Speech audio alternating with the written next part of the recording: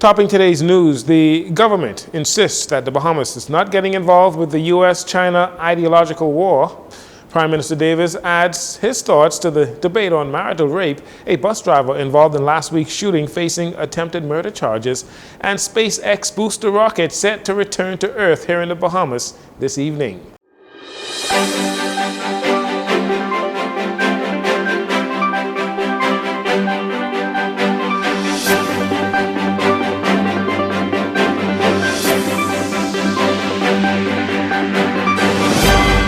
This is your JCN Evening News. I'm Jcn Saunders.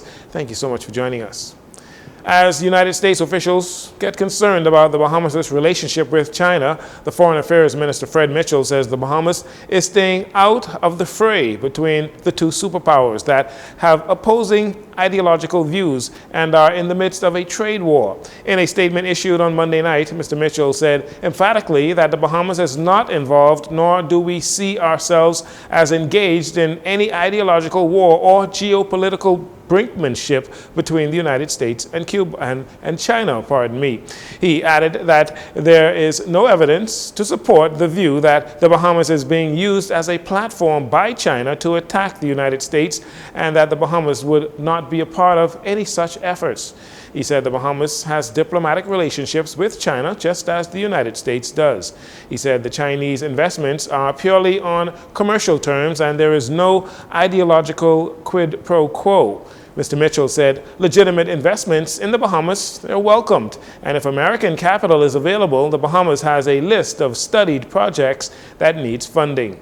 Last week, Thursday, at the Grand Bahama Business Outlook, U.S. Chargé d'Affaires Kimberly Furnish warned the Bahamas against growing Chinese influence in the country, stating that China, quote, promises much but delivers little, end quote.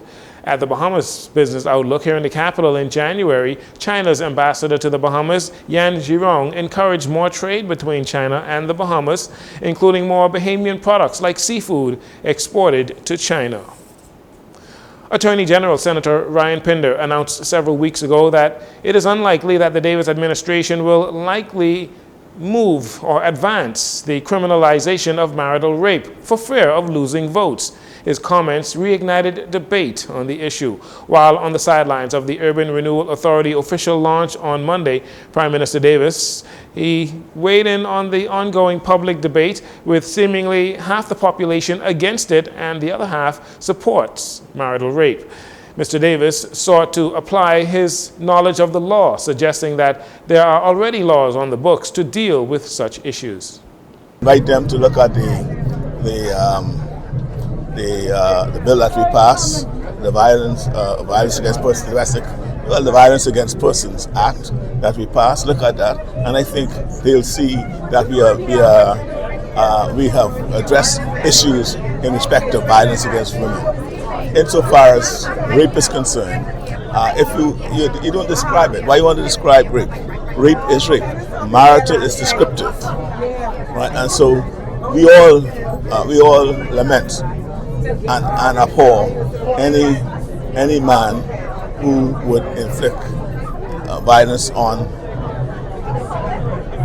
his wife, and rape is an act of violence, and the law there are laws to deal with it in a particular way. Right now, insofar as I said, we do not need to what I call describe rape. When you start describing rape, you then get into more legal issues.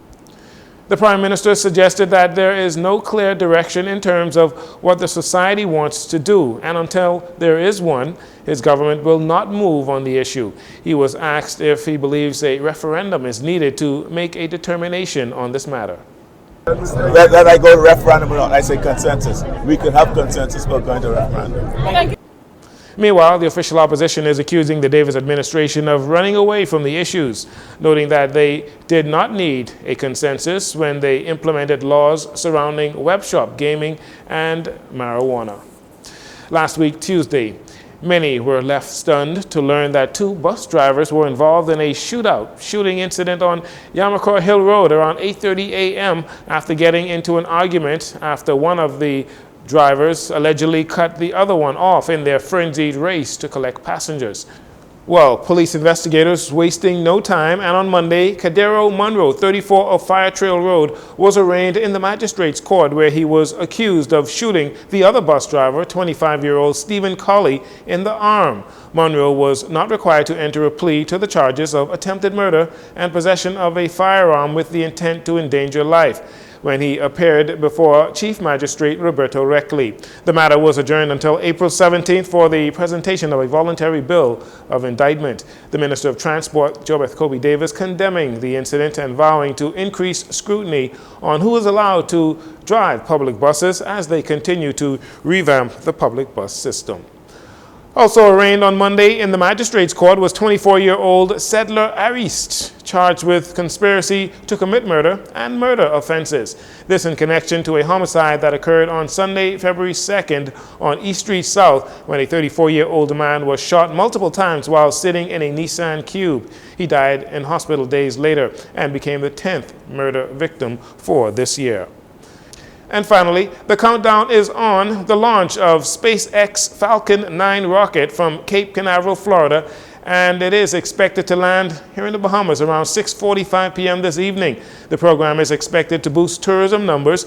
It is reported that watch parties are being held on dozens of yachts that will be anchored in a safe distance away as the rocket booster returns to Earth off Cape Eleuthera and Black Point, Exuma. You can also watch the event online. You're listening to JCN News. We'll take a break here. We'll be right back following these commercials.